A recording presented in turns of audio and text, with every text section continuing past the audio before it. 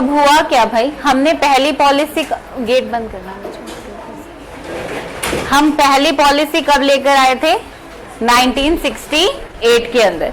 68 के बाद 85 में ये रियलाइज हुआ कि हमारे जो करंट एजुकेशन सिस्टम है उसमें कई सारे चैलेंजेस है जिनको हमें एड्रेस करना चाहिए। तो उसके लिए 1985 में गवर्नमेंट ऑफ इंडिया ने एक एग्जिस्टिंग एजुकेशन सिस्टम पर इवैल्यूएशन किया और एक डॉक्यूमेंट बनाया, challenge of education a policy perspective, a challenge of education a policy perspective. ठीक है, ये एक विजनरी था कि हमें क्या बनाना चाहिए, सेकंड रिवैम्प देना चाहिए हमारी नेशनल पॉलिसी के लिए। ठीक है, तो हमारी फर्स्ट पॉलिसी जो हमने 68 में निकाली थी उसमें हमने कोशिश की थी कि कोठारी कमीशन की जो रिकमेंडेशंस थी मोस्टली हम इम्प्लीमेंट कर दें। जैसे हमने बोला था कि अगर स्ट्रक्चर कोई अडॉप्ट करना है तो कौन सा अडॉप्ट कर लेना चाहिए, 10+2+3 स्ट्रक्चर।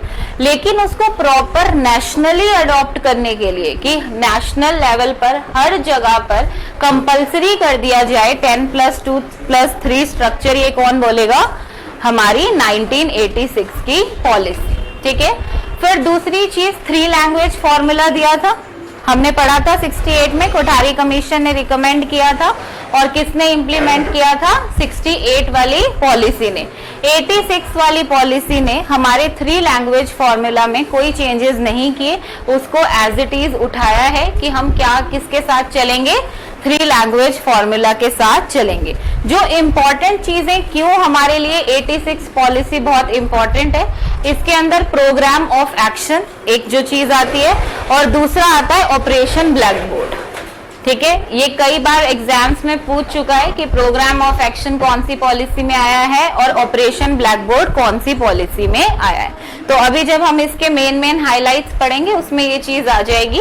तो जो भी फैक्ट्स हैं उनको अंडरलाइन, ये वाले नोट्स मैं सर को दे चुकी हूँ, सर आपको जो भी प्रॉपर वो बना के देंगे उसके अंदर ये सारी चीजें हैं। तो अभी के लिए आप समझते चलिएगा। तो क्या क्या इसकी अगर हम मेन हाइलाइट्स देखें, 10+2+3 स्ट्रक्चर ऑफ एजुकेशन की शिक्षा में हम कौन सी संरचना नेशनलाइज कर देंगे, 10+2+3। ठीक है, फिर early childhood care and education कि बिल्कुल जो हमारे प्राइमरी एजुकेशन है उस पे काफी फोकस किया जाएगा। यही सेम हेडिंग हमने 2020 की पॉलिसी में भी उठाई है। सबके लिए इक्वल अपॉर्चुनिटी की बात कर रहे हैं, क्या लेवल्स ऑफ लर्निंग होंगे एजुकेशन की अलग अलग स्टेजेस पर, कैसे हम समानता लाएंगे शिक्षा के अंदर, कैसे हम वुमन इलिटरेसी को दूर कर सकते हैं, इन सब की बात यहाँ करी गई है। तो एक एक पॉइंट देख लेते हैं जहां पर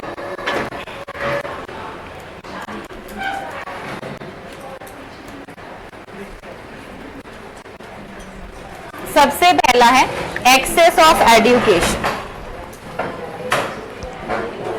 एक्सेस ऑफ एजुकेशन हमारा मेन गोल रहा है। जल्दी जल्दी आओ बच्चा।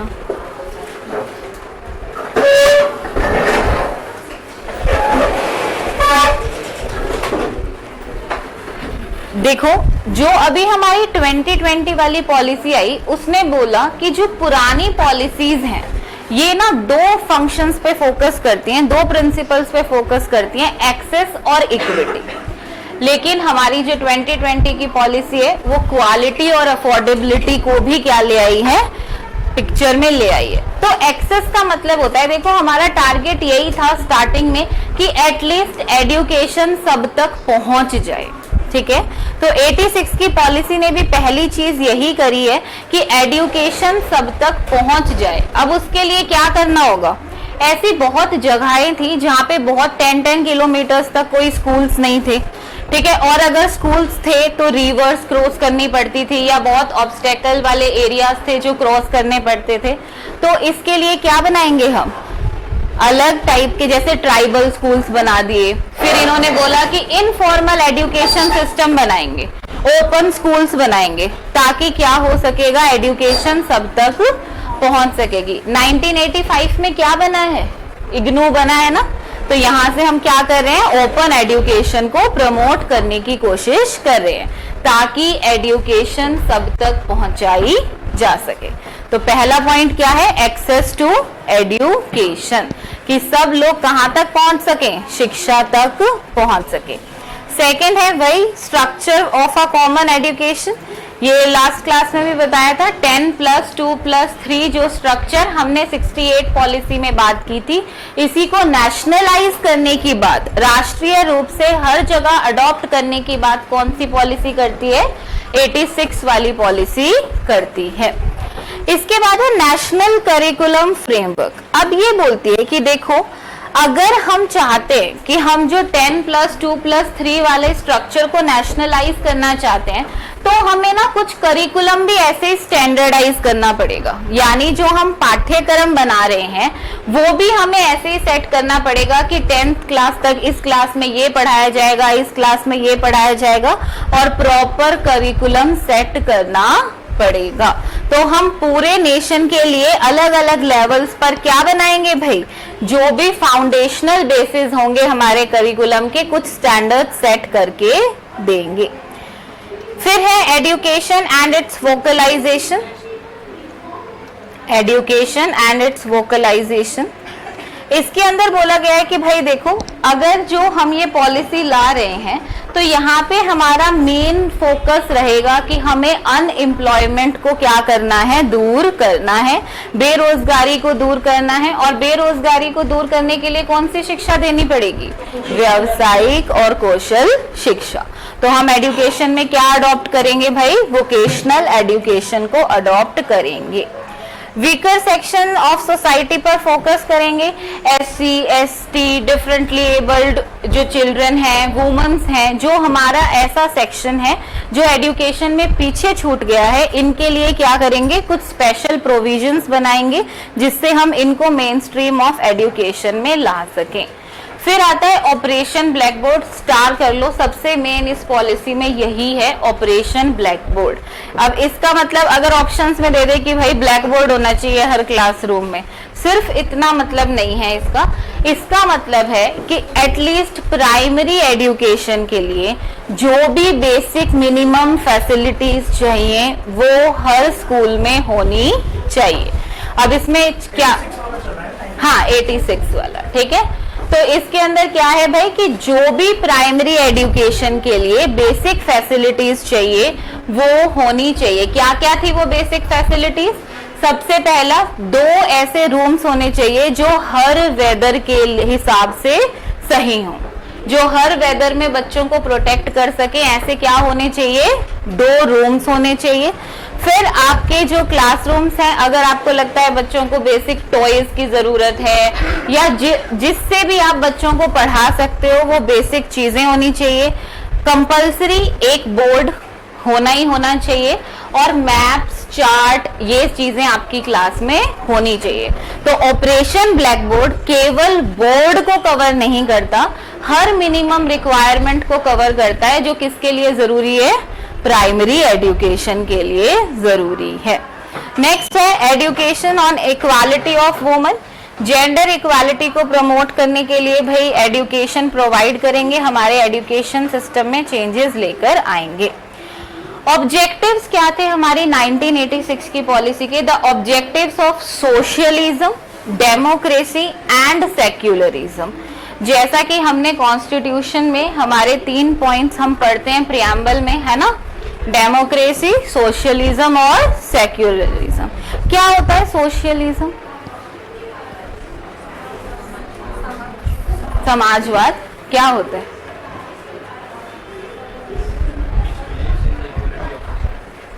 Unity of society, equality of society. हाँ देखो, सोशलिज्म का मेन मतलब क्या होता है कि आपके जो रिसोर्सेज, गुड्स और सर्विसेज है उनका जो ऑनरशिप है वो स्टेट के हाथ में है, और वो इस हिसाब से उनका डिस्ट्रीब्यूशन करती है कि वेलफेयर ऑफ सोसाइटी होता है, ठीक है। तो जैसे हम एक कैपिटल, आजकल हम बोल रहे हैं ना कि हम सोशलिज्म से कैपिटलिज्म की तरफ जा रहे हैं, कि हम सब कुछ क्या करते जा रहे हैं, प्राइवेटाइज करते जा रहे हैं।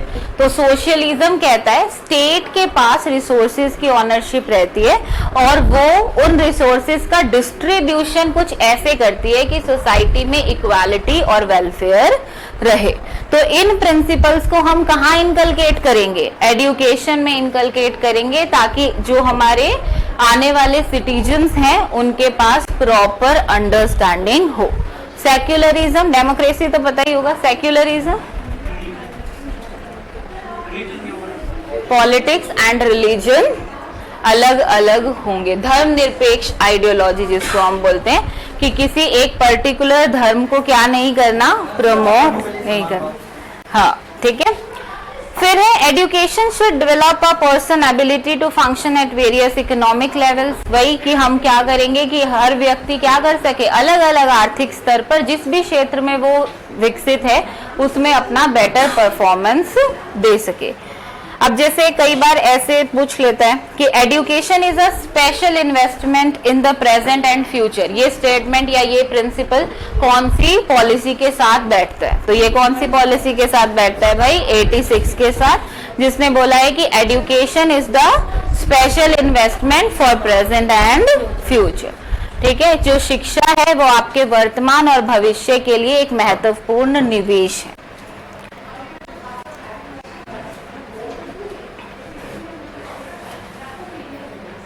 अब इसके 12 कंपोनेंट्स पे आ जाओ। अब देखो इसमें मेन क्या क्या चीजें हुई है। सबसे पहला, access, enrolment and retention of all children up to age of 14 years in the school.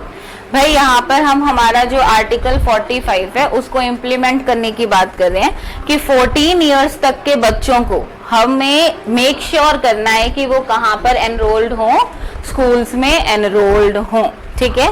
Second है quality improvement of education by improving the school environment, child centred education, activity centred education, कि हम quality को enhance करने की बात करेंगे। कैसे? सबसे पहला क्या इंप्रूव करेंगे?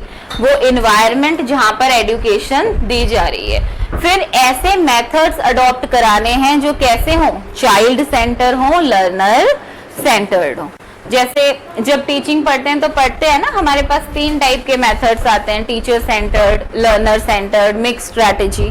तो हम कहाँ मूव कर रहे हैं अब? Teacher centre to learner centred. ठीक है।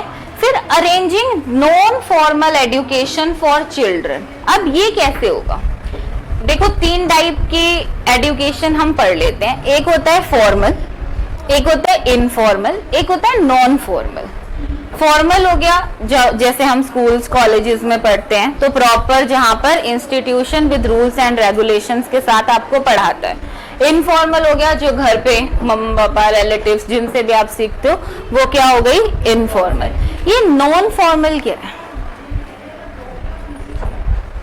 ये टर्म केवल एजुकेशन में ही यूज होती है। नॉन फॉर्मल का नहीं, वो तो फिर इनफॉर्मल हो जाएगा अगर कहीं भी कर दोगे तो, है ना। अगर पर्सनल रिलेटिव्स या रिलेशन से सीख रहे हो तो इनफॉर्मल हो गया। नॉन फॉर्मल है उससे बाहर निकल के, जैसे परिवार में नहीं, उससे बाहर निकल के हम कुछ भी सीख रहे हैं, अखबार के माध्यम से किसी भी उससे सीख रहे हैं, तो उसको नॉन फॉर्मल कर सकते हैं। दैट मीन्स कहीं पर रूल्स और रेगुलेशंस का होना भी और सारे स्ट्रिक्ट रूल्स एंड रेगुलेशंस का ना होना भी, जैसे आपकी ओपन एजुकेशन। ठीक है।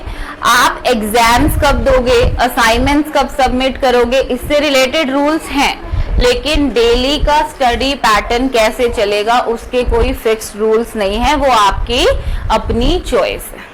ठीक है। तो नॉन फॉर्मल का मतलब होता है कुछ फॉर्मल रूल्स बना दिए गए हैं और कुछ बच्चे की अपनी डिस्क्रिशन पर छोड़ दिया गया है, वो जो करना चाहता है वैसे पढ़ सकता है। हाँ, बेसिकली मतलब यही है कि ओपन स्कूल्स या ओपन एजुकेशन, उसके लिए हमने टर्म यूज किए नॉन फॉर्मल एजुकेशन। हाँ, जैसे कई बार क्या होता है, जैसे ट्राइबल एरिया में अपन को एजुकेशन देनी है तो वहां पे प्रॉपर स्कूल नहीं बना पा रहे, तो कुछ क्या करते हैं, कुछ लोगों को अपॉइंट कर लेते हैं जो वहां जाके, जिसको हमने बोला था ना ट्रैवलिंग स्कूल्स बनाए थे, तो वहां जाके थोड़े दिन एजुकेशन दी, तो ना तो वो इनफॉर्मल है और ना ही वो प्रॉपर फॉर्मल है, तो उसको हमने किस में ले लिया? नॉन फॉर्मल में। समझ में आ रही है ये चीज?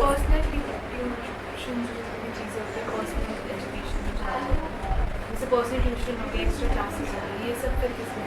ये तो फॉर्मल में, जैसे ट्यूटोरियल्स है तो फॉर्मल है। और अगर आप अपने देखो फॉर्मल और इनफॉर्मल का लेना देना किस चीज से, कि जो आपको पढ़ा रहा है और जहां आप पढ़ रहे हो उस जगह से और उस पर्सन से आपका प्रोफेशनल रिलेशन है या पर्सनल रिलेशन। तो जहां प्रोफेशनल है वो फॉर्मल, जहां पर्सनल है वो इनफॉर्मल। लेकिन जहां दोनों इंक्लूड हो गए, अब आप एक प्रोफेशनल इंस्टीट्यूशन में हो लेकिन आप पर्सनली अपनी मर्जी से रहे हो, तो वो क्या बन गया? Non formal. क्लियर है?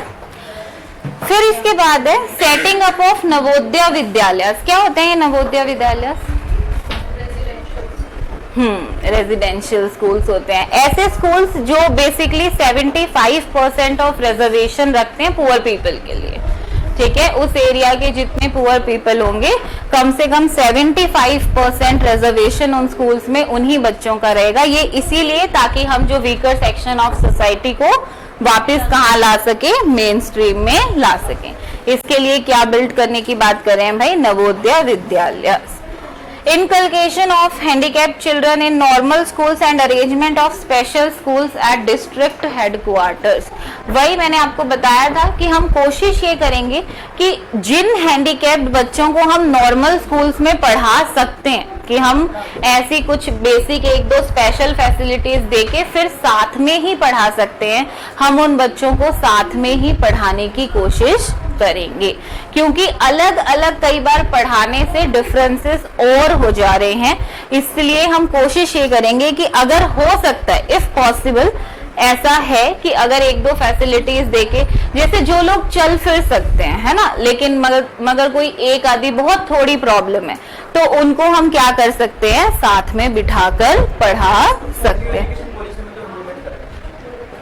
ठीक है, फिर इसके बाद में इट सजेस्टेड दैट +2 स्टेज भी accepted as a part of school education. भाई अगर हम 10+2+3 स्ट्रक्चर को अडॉप्ट करेंगे तो +2 किसका पार्ट बन जाएगा? स्कूल एजुकेशन का पार्ट बन जाएगा। फिर the policy had some important features like common school curriculum, सबके लिए सेम करिकुलम, पाठ्यक्रम सबका समान होगा भाई। मिनिमम लेवल्स ऑफ लर्निंग, कि हर लेवल पर हम तय कर देंगे कि एटलीस्ट बच्चा जब फर्स्ट क्लास पार करे तो भाई ये चीजें उसे आती हो, जब सेकंड क्लास पार करे तो ये चीजें उसे आती हो। तो minimum level of learning state किया जाए। वैल्यू एजुकेशन पे फोकस किया जाए। क्या होता है वैल्यू एजुकेशन? मूल्य शिक्षा, नैतिक शिक्षा क्या होती है? सोसाइटी में रहने के लिए उनको हाँ हाँ जी, वैल्यू एजुकेशन एक बड़ा सा सर्कल है जिसके अंदर मोरल एजुकेशन, एनवायरनमेंट एजुकेशन, ये सारी चीजें आ जाती है। बेसिकली हम इस सोसाइटी में कैसे अपने आप को बेटर लिविंग प्रोवाइड कर सकते हैं। अब उसमें आपके बिहेवियर से, आपकी सराउंडिंग से, आपके वैल्यूज से, हर चीज से रिलेटेड आपको क्या दी जाएगी? एजुकेशन दी जाएगी। तो उस पे फोकस करने की बात कर रहा है। फिर वर्क एक्सपीरियंस यानी कि प्रैक्टिकल नॉलेज और वोकेशनल नॉलेज पे फोकस करने की बात कर रहा है। Math, science, sports, physical education और इंटरनेशनल अंडरस्टैंडिंग पे फोकस करने की बात कर रहा है। ठीक है, फिर इसके बाद में it also extended the open university system with the inauguration of IGNOU in 1985। 1985 सितंबर में IGNOU लॉन्च हुआ था। तो उसके बाद में ये बोल रहा है कि अब हम क्या करेंगे? ओपन एजुकेशन को एक्सपैंड करने की कोशिश करेंगे ताकि सबको किसमें इनकलकेट, ऐसे बहुत ऐसे बच्चे होते हैं जो रेगुलर कॉलेजेस अटेंड नहीं कर पाते। IGNOU की वाकई बहुत ज्यादा स्ट्रेंथ है। ठीक है, उसके रीजनल सेंटर्स उठाओ, फिर ऐसे उठाओ, बहुत ही ज्यादा है। तो वो कितने लोगों को क्या, सबसे बड़ी ओपन यूनिवर्सिटी वर्ल्ड का तो नहीं पता, इंडिया की तो है, एशिया की है शायद, है ना? हाँ, तो यानी क्या है कि अब ये कितने लोगों को एक अपॉर्चुनिटी प्रोवाइड कर रहा है कि आप एक्सेस कर सकते हो किसको? हायर एजुकेशन को। क्लियर है?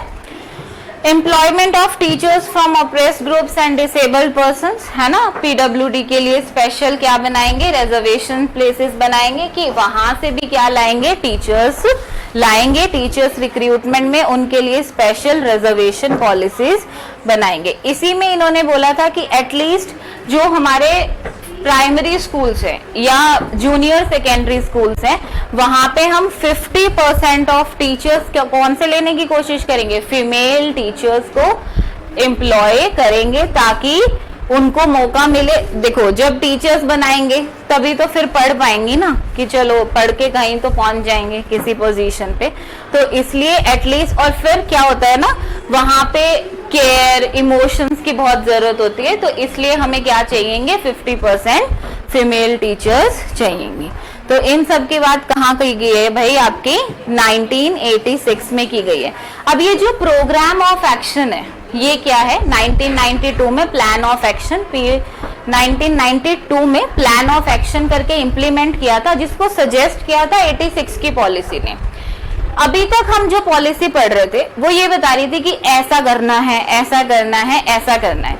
इसकी जब ना मैं आप लोगों को पीडीएफ शेयर कर दूंगी, वो 166 पेजेस की है, तो उसके नोट्स तो क्या ही निकालोगे, पर उसमें आपको क्या देखने को मिल सकता है कि जैसे हर इन्होंने रिकमेंडेशन दी और हर रिकमेंडेशन के बाद लिखा है प्लान ऑफ एक्शन, कि उस रिकमेंडेशन को पूरा करने के लिए अब गवर्नमेंट क्या क्या करेगी। जैसे पहली रिकमेंडेशन दी कि एक्सेस टू एजुकेशन, हमें सब तक क्या करनी है, एजुकेशन पहुंचानी है।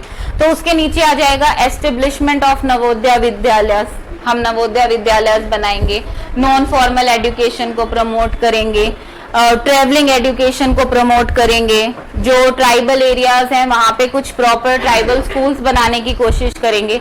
तो ये सारे किसको पूरा कर रहे हैं, एक्सेस ऑफ एजुकेशन को। तो पहले रिकमेंडेशन और उसके साथ प्लान ऑफ एक्शन, प्लस एक चीज कि जो आपकी टेक्निकल यूनिवर्सिटीज हैं या टेक्निकल एजुकेशन है उसमें एंट्री करने के लिए एंट्रेंस टेस्ट देना पड़ेगा, कंपलसरी हो जाएगा कि अब से साइंस एंड टेक्निकल एजुकेशन में फर्दर हायर एजुकेशन के लिए एंट्रेंस टेस्ट देना कंपलसरी कर देंगे।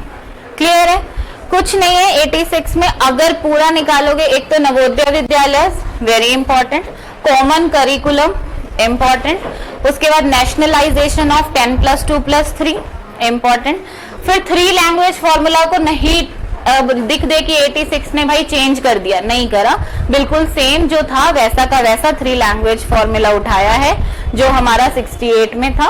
फिर ऑपरेशन ब्लैक बोर्ड और प्लान ऑफ एक्शन मेन जो है ये हमारे किस पॉलिसी के हैं, 86 की पॉलिसी के हैं।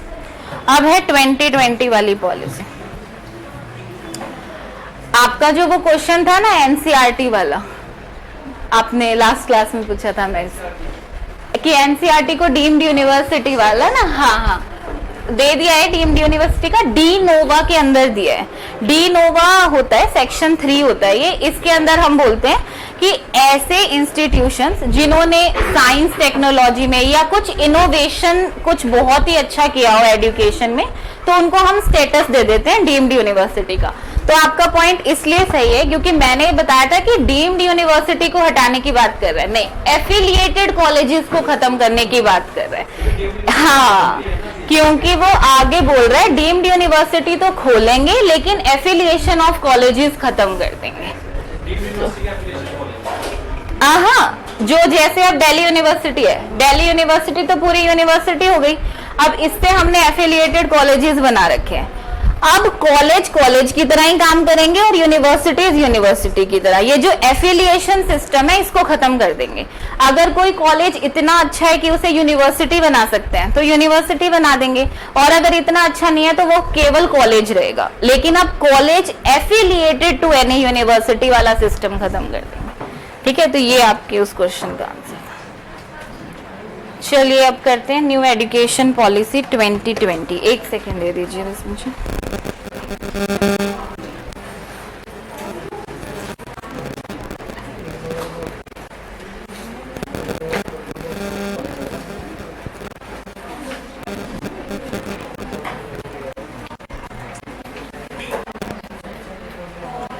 इसके बाद क्या टॉपिक कह रहे हैं सर? रिसर्च स्टार्ट करने को बोल रहे हैं।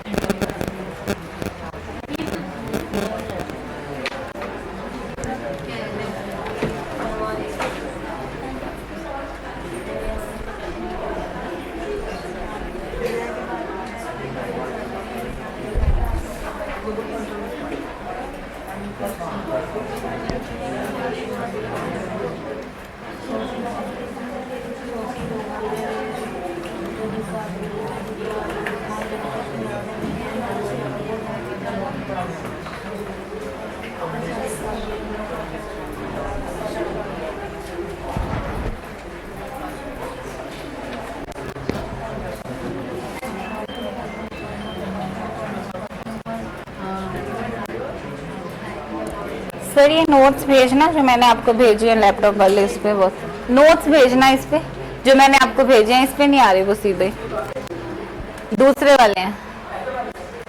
मैंने आपको भेजा है, देखो व्हाट्सएप पे।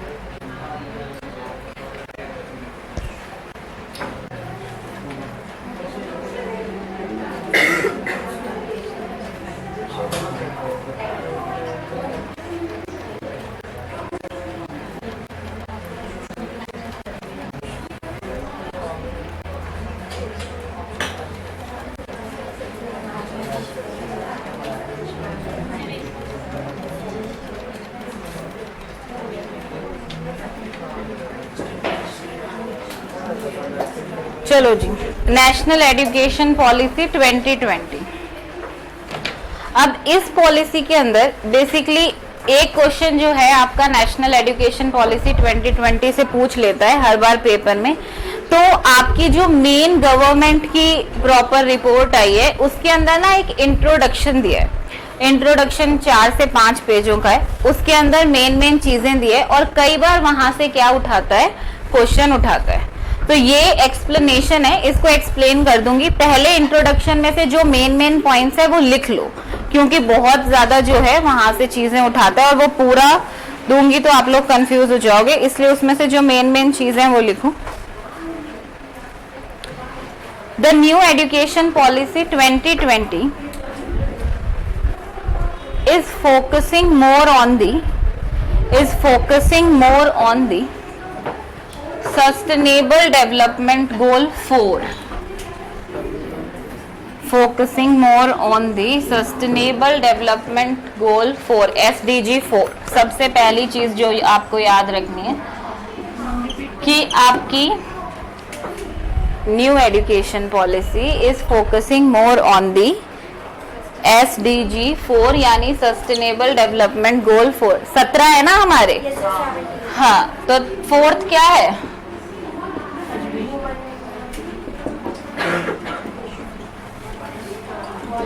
No poverty, zero hunger, good health, और 4th क्या है? Quality education. तो किस पे फोकस करना है भाई? हमें क्वालिटेटिव एजुकेशन पर फोकस करना है। इसी गोल को कंप्लीट करने के लिए हमने क्या लाई है? NEP 2020 लाए हैं। तो सबसे पहली चीज यही याद रखनी है कि ये हमारे कौन से गोल को कंप्लीट कर रही है? SDG 4 को। इसने हमारे सस्टेनेबल डेवलपमेंट गोल्स कौन सा एजेंडा सेट कर रहे हैं? एजेंडा 2030। और हमने NEP को प्रॉपर इंप्लीमेंट करने के लिए कौन सा ईयर सेट किया है?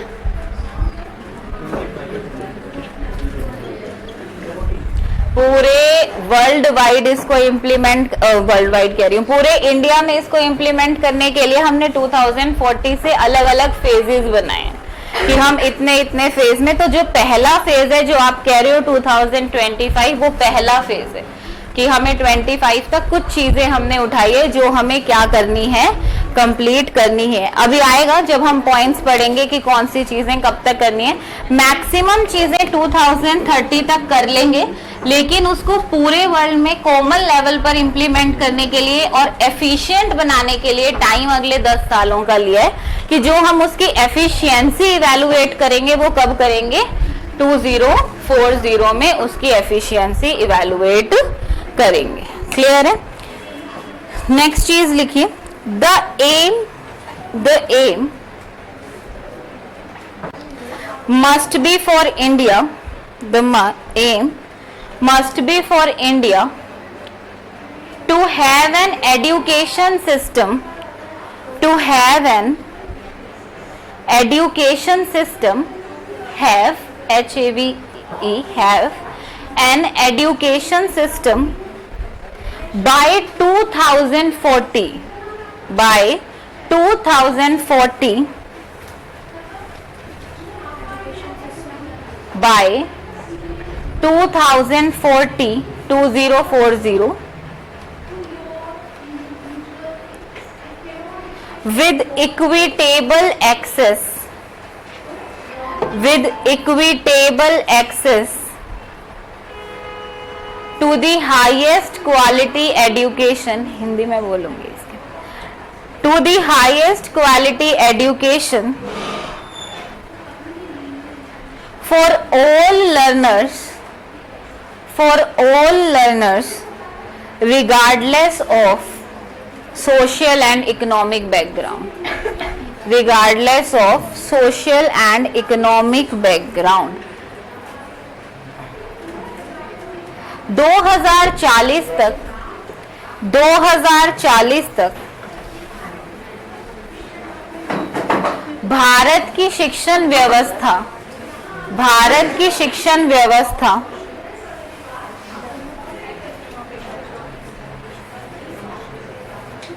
में उच्च गुणवत्ता लाना, में उच्च गुणवत्ता लाना, गुणवत्ता लाना व उसे सब तक पहुंचाना,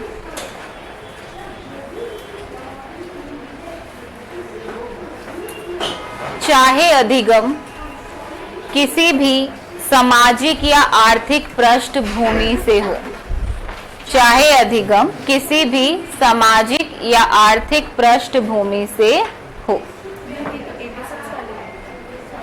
2040 तक, हाँ अच्छा जो एम कह रहे हो, हाँ हाँ हाँ ठीक है। फिर लिखो 5 pillars of NEP 2020, 5 pillars of NEP 2020।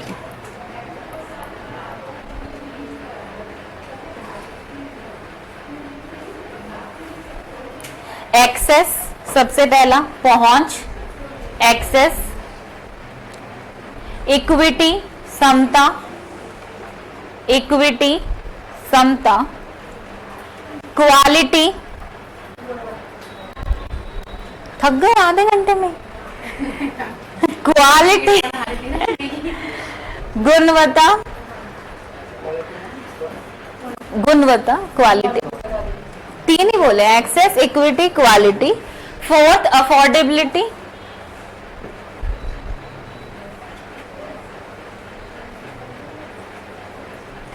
क्या बोलेंगे को हिंदी में क्या बोलेंगे?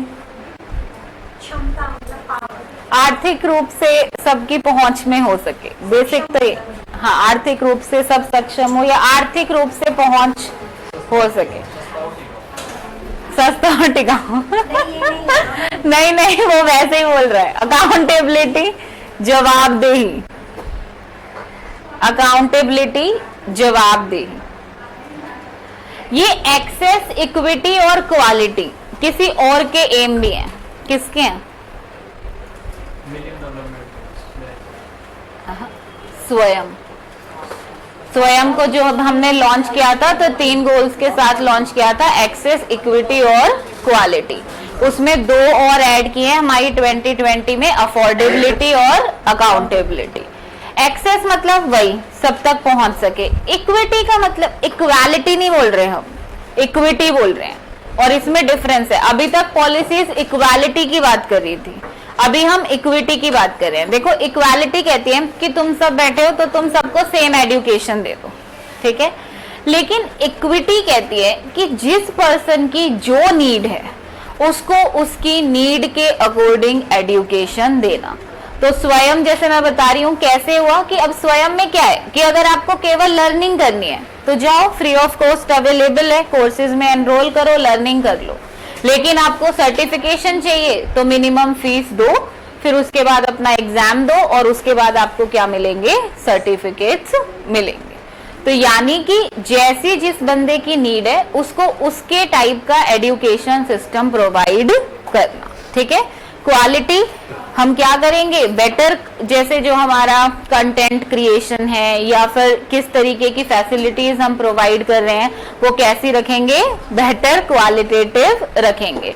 फिर अफोर्डेबिलिटी, कॉस्ट मिनिमम रखेंगे कि हर कोई क्या कर सके, अफोर्ड कर सके। और अकाउंटेबिलिटी, जैसे हम क्या कर रहे हैं, यूजीसी AICTE को रिप्लेस करके एक HECI बनाने की बात कर रहे हैं ना, तो वो क्या करने की कोशिश करें कि भाई वो एक बॉडी बनाएंगे जो हायर एजुकेशन की हर चीज के लिए अकाउंटेबल और रिस्पॉन्सिबल होगी। तो अकाउंटेबिलिटी क्लियर है। तो 5 पिलर्स कौन कौन से हो गए हमारे, एक्सेस, इक्विटी, क्वालिटी, अफोर्डेबिलिटी और अकाउंटेबिलिटी। इक्विटी जो इकोनॉमी में चलता है वही वाला कॉन्सेप्ट, ठीक है। चलिए इसके बाद लिखो, एक पॉइंट डाल लेना, इट लेड एम्फेसिस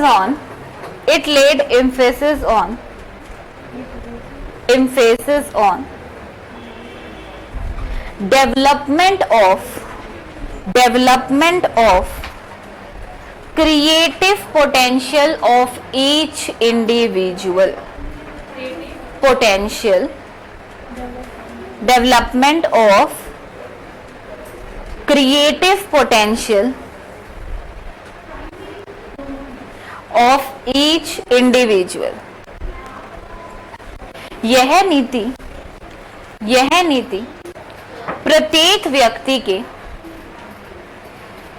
कृतज्ञ क्षमता को, उसकी क्रिएटिव कैपेसिटी को, कृतज्ञ क्षमता को विकसित करने पर बल देती है, विकसित करने पर बल देती है।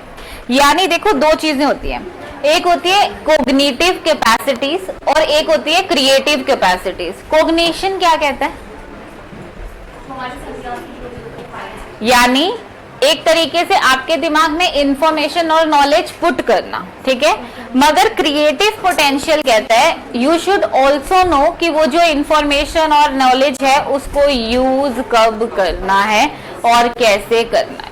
तो हम केवल अब इंफॉर्मेशन पुट करने पे फोकस नहीं करेंगे बल्कि उस इंफॉर्मेशन से क्रिएटिव पोटेंशियल बिल्ड करने पे भी फोकस करेंगे, ठीक है। ये 4 एंशिएंट यूनिवर्सिटी के नाम इसके इंट्रोडक्शन में यूज हुए हैं, ये क्वेश्चन आ भी चुका है पेपर में।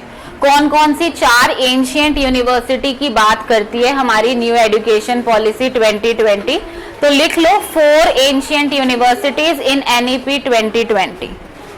4 प्राचीन विश्वविद्यालय जिनके नाम हमारी NEP 2020 में यूज हुए हैं, विश्वविद्यालय जिनके नाम हमारी NEP 2020 में यूज हुए हैं। तक्षशिला, नालंदा, विक्रमशिला, वल्लभी।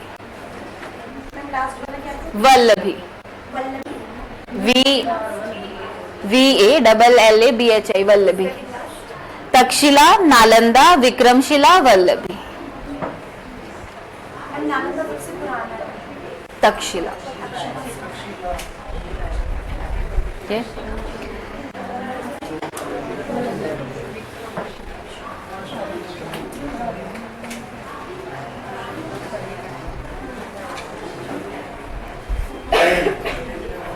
चलो अब आ जाओ इन पॉइंट्स के ऊपर जो हमें समझने हैं कि हमारी नई एजुकेशन पॉलिसी ने कहाँ कहाँ क्या क्या चेंजेस किए हैं।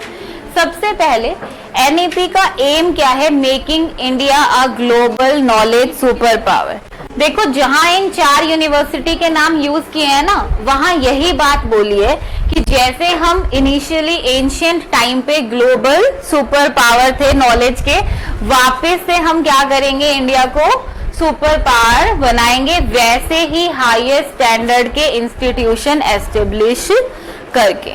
ठीक है, तो अब यहाँ पर हमने दूसरी चीज क्या की है? हम MHRD था हमारा, ministry of human resource and development, इसका नाम बदल के क्या कर दिया है? मिनिस्ट्री ऑफ एजुकेशन, शिक्षा मंत्रालय। ठीक है, पहले क्या था? मानव संसाधन व विकास मंत्रालय, इसका नाम बदल के क्या कर दिया है भाई? शिक्षा मंत्रालय। और ये थर्ड मेजर पॉलिसी है ऑफ कोर्स 68 और 86 के बाद। अब देखो भाई क्या क्या चेंजेस हुए। सबसे पहला स्कूल एजुकेशन में पहली लाइन में आपको एक वर्ड दिख रहा है यूनिवर्सलाइजेशन, दूसरा pre school to secondary level, तीसरा 100% ग्रोस एनरोलमेंट रेशो और चौथा 2030।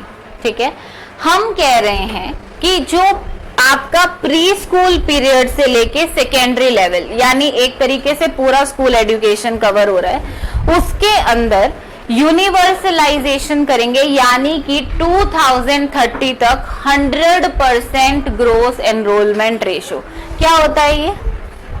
जी यार, जैसे सपोज करो ये हमारा एरिया है, हमने कोई एरिया लेना है, इसका GER निकालना है, तो इसके अंदर 1000 बच्चे स्कूल जाने चाहिए। इस वक्त हम 1000 बच्चे लेके चल रहे हैं, तो अगर 1000 बच्चे इस एज ग्रुप में हैं कि इस वक्त वो स्कूल में एनरोल होने चाहिए, तो अगर 1000 के 1000 बच्चे कहाँ एनरोल्ड है?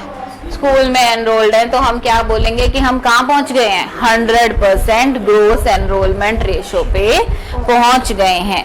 तो एक एरिया में जितने बच्चे उस वक्त स्कूल में एनरोल्ड होने चाहिए, उतने के उतने बच्चे स्कूल्स में एनरोल्ड हों। तो हमें कहाँ पहुंचना है भाई? 100% GER पे पहुंचना है बाय 2030। क्लियर है? Second, to bring 2 crore out of school children back into the mainstream through an open schooling system। कम से कम ऐसे 2 करोड़ बच्चे जो कहाँ छूट गए हैं? मेन स्ट्रीम स्कूल एजुकेशन से छूट गए हैं, उनको वापस स्कूल एजुकेशन दिलाने का प्रयास करेंगे। कैसे? ओपन स्कूलिंग सिस्टम से। क्या करेंगे भाई? उनके लिए ओपन स्कूल सिस्टम से उनको एजुकेशन प्रोवाइड करने पे फोकस करेंगे। सबसे इंपॉर्टेंट, हमने क्या किया? अपने स्ट्रक्चर को चेंज कर दिया है। हम अभी तक क्या बात कर रहे थे? 10 + 2 + 3 +3 वाला एक बार निकालो, 10 + 2। स्कूल में क्या बात कर रहे थे? 10 + 2। अब देखो जब हम 10 + 2 की बात करते हैं ना, मतलब फर्स्ट क्लास से 10th क्लास तक, फिर 11th और 12th, सबसे बड़ी प्रॉब्लम है कि ये शुरू के जो वो किंडरगार्टन पीरियड के 3 साल थे वो तो इंक्लूड ही नहीं करे, मतलब उनको तो हम समझ ही नहीं रहे कि वो एजुकेशन का भी पार्ट है। और इसीलिए क्या करते हैं, कोई बहुत ही रेयर बच्चे होते हैं जो नर्सरी, LKG, UKG तीनों करते हैं, वरना कोई नर्सरी के बाद UKG, कोई नर्सरी नहीं कर रहा, सीधा LKG कर रहा है। तो ये जो फाउंडेशनल ईयर्स होते हैं, इनको ही हमने क्या नहीं कर रखा था, यहाँ पे कंसिडरेट नहीं कर रखा था। तो हमने इस सिस्टम को चेंज करके अब क्या सिस्टम अडॉप्ट किया है? 5 + 3 + 3 + 4। तो एक तो ये 3 साल और फर्स्ट और सेकंड क्लास हम किस में ले आए? फाउंडेशनल स्टेज पे, कि भाई शुरू के 3 साल भी इंक्लूड करेंगे और फर्स्ट और सेकंड क्लास किस पे ले आए? शुरू के 5 इयर्स पे। फिर 3rd, 4th और 5th कहाँ लगेगी?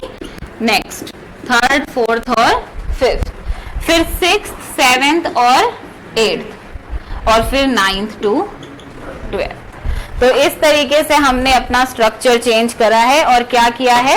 10 + 2 को कन्वर्ट कर दिया है 5 + 3 + 3 + 4, यानी जो 3 साल छूट गए थे वो वापस हमने एजुकेशन सेक्टर में इंक्लूड कर लिए हैं। पहली चीज 3 से 8, 8 से 11 तो 11 तो एज है वो, मतलब वो सिलेबस लागू है, जैसे 3 से 11 होगा 5 में, उसके बाद फिर 8 से 11 होगा 3 में, सिलेबस लागू होता है। एज है वो, हाँ, कि जो शुरू के 5 इयर्स है, इसमें 3 साल से लेकर 11 साल तक के बच्चे, 8 साल तक के बच्चे आएंगे, हाँ, तो ऐसे, 8 से जब सीखने का तो वो एज है ना। अभी हम किसकी बात कर रहे हैं? क्लासेस की, कि क्लास में क्या है, शुरू के 5 इयर्स में हम कौन सी क्लास ले रहे हैं? शुरू के 3 इयर्स और फर्स्ट और सेकेंड क्लास। नेक्स्ट जो 3 है वो कौन से ले रहे हैं? 3rd, 4th और 5th। फिर कौन सी ले रहे हैं? 6th, 7th और 8th। और 4 कौन सी ले रहे हैं? 9th to 12th। ठीक है, पहला डिवीजन ये। दूसरा डिवीजन हमने किया इनका ईयर्स वाइज। ठीक है, सेकंड हमने क्या डिवाइड किया, यहाँ पे ईयर भी प्रेस्क्राइब कर दिए कि कौन से ईयर से स्टार्ट करके कौन से ईयर तक के एंड के बच्चे यहाँ पे आ सकते हैं। तो यानी शुरू का जो हमने फाउंडेशनल स्टेज ली है उसमें क्या डाले हैं भाई, यहाँ पे मान लो आपने फाउंडेशन में 2 डिवाइड कर लो, एक शुरू के 3 और फिर 2, तो 3 to 6 इयर्स के बच्चे आपके जो प्री प्राइमरी 3 साल होते हैं उसमें जाएंगे, और फिर 6 to 8 के बच्चे कहाँ जाएंगे? फर्स्ट और सेकेंड में। तो यहाँ पे क्या आ जाएगा भाई, यहाँ से अगर लोगे तो इसको 2 अगर डिवाइड कर देंगे। अब ईयर्स की बात कर रही हूँ, क्लास की नहीं। 3 to 6 इयर्स शुरू के 3 साल, और फिर 6 to 8 इयर्स फर्स्ट और सेकेंड क्लास। ठीक है, अब हम क्या डिवाइड कर रहे हैं? ईयर्स को। फिर नेक्स्ट अगर चलेंगे भाई, आपके 3 इयर्स जो यहाँ पे आ जाएंगे, 3rd, 4th और 5th। यहाँ पे कौन से बच्चे आएंगे? 8 से शुरू कर लो, 8 to 11 इयर्स। कौन से आएंगे भाई? 8 to 11 इयर्स के बच्चे। फिर यहाँ पे कौन से आएंगे? 6, 7, 8 में 11 to 14 इयर्स के बच्चे, और लास्ट में 14 to 18 इयर्स तक के बच्चे। तो पहला डिवीजन हमने किया क्लासेस का, दूसरा किया ईयर्स का। अब तीसरा है content and aim. Content and aim कि क्या पढ़ाएंगे और किस उद्देश्य से पढ़ाएंगे। सबसे जो शुरू के 5 इयर्स हैं उनको हमने बोला है फाउंडेशनल स्टेज। क्या बोला है भाई? फाउंडेशनल स्टेज, आधारभूत स्तर। जो हर बच्चे का क्या बनेगा भाई? फाउंडेशन बनेगा। तो फाउंडेशनल स्टेज क्या कहती है कि यहाँ पे ना हमारी साइकोलॉजी भी ये मान के चलती है कि 6 ईयर तक बच्चा अपना बिहेवियर एक तो अडॉप्ट कर लेता है, ठीक है, और एक उसकी फिजिकल और मेंटल डेवलपमेंट पे फोकस करना बहुत जरूरी है। यहाँ चीजें रिटेन करवाने की बजाय उसकी बॉडी पे और उसकी मेंटल डेवलपमेंट पे फोकस करना जरूरी है। तो इसीलिए यहाँ पे किस तरीके के लेवल हम यूज करेंगे? Play based learning, activity based learning, fun learning. इतना कि शायद इन बच्चों को बोल दें कि आपको स्कूल बैग्स घर लेके भी नहीं जाने, आपको बस यहाँ आना है, आपको यहीं से पढ़ा देंगे, यहीं पे कुछ सिखा देंगे और फिर घर चले जाना है। क्योंकि हमें उनकी क्या बिल्ड करनी है? बेस बिल्ड करना है, जिससे वो चीजों को समझना सीखें। शुरू से ही रटना स्टार्ट करा देते हैं तो फिर बच्चा बड़े होते तक क्रैम ही करता रहता है। तो इसलिए स्टार्टिंग से ही उसकी किस पे फोकस करेंगे? मेंटल और फिजिकल डेवलपमेंट पे फोकस करेंगे। जरूरी है फिजिकल एक्सरसाइज पे यहाँ पे फोकस करना, क्योंकि बच्चे का जो फिजिकल बॉडी होती है वो बहुत ग्रो करती है इन इयर्स में, ठीक है। फिर इसके बाद चलेंगे प्रिपरेटरी स्टेज पे। अब 3rd, 4th और 5th क्लास को क्या नाम दिया है भाई? Preparatory stage. फाउंडेशन से किस पे आ गए? प्रिपरेटरी स्टेज पे। देखो 6th क्लास से ना हम इंटर्नशिप शुरू करा देंगे, तो 6th क्लास से ही बच्चा बाहर काम करना सीखना स्टार्ट करेगा। उसके लिए प्रिपेयर कहाँ करेंगे? 3rd, 4th और 5th में। यहाँ हम उसको काफी बेसिक अंडरस्टैंडिंग देंगे चीजों की, उसको बताएंगे कि कैसे आपको अपनी नॉलेज रिटेन करनी है और कैसे इस नॉलेज को यूज करना है, ताकि जब वो वोकेशनल इंटर्नशिप्स पे जाए तो यहाँ जो सीखा है उसको क्या कर सके? यूज कर सके। तो 3rd, 4th, 5th क्लास को हमने बोला है प्रिपरेटरी स्टेज। प्रिपेयर कर रहे हैं यानी अंडरस्टैंडिंग पे फोकस कर रहे हैं। अंडरस्टैंडिंग पे फोकस करने के लिए सबसे इंपॉर्टेंट मेथड होता है इंटरैक्टिव सेशंस। क्या होता है भाई? Interactive sessions. तो कोशिश करेंगे ज्यादा से ज्यादा इंटरैक्शन करने की 3rd 4th 5th क्लास में बच्चे के साथ। क्लियर है? इसके बाद आ जाएगी middle stage. 6th 7th 8th को क्या बोल रहे हैं भाई? Middle stage. यहाँ पे क्यों करा रहे हैं वोकेशनल इंटर्नशिप? 6th क्लास तो बहुत छोटी है वोकेशनल इंटर्नशिप्स कराने के लिए, पर क्यों करा रहे हैं? फिर सारी बेसिक नॉलेज दे देंगे यहाँ पे, मैथ्स की, साइंस की, ह्यूमैनिटीज की, जो भी अलग अलग आपके पार्ट्स हो सकते हैं, सारी जिस भी सब्जेक्ट का जो बेसिक नॉलेज होती है वो सारी कहाँ दी जाएगी? 6th to 8th में। और वोकेशनल इंटर्नशिप्स भी कराई जाएगी। क्यों?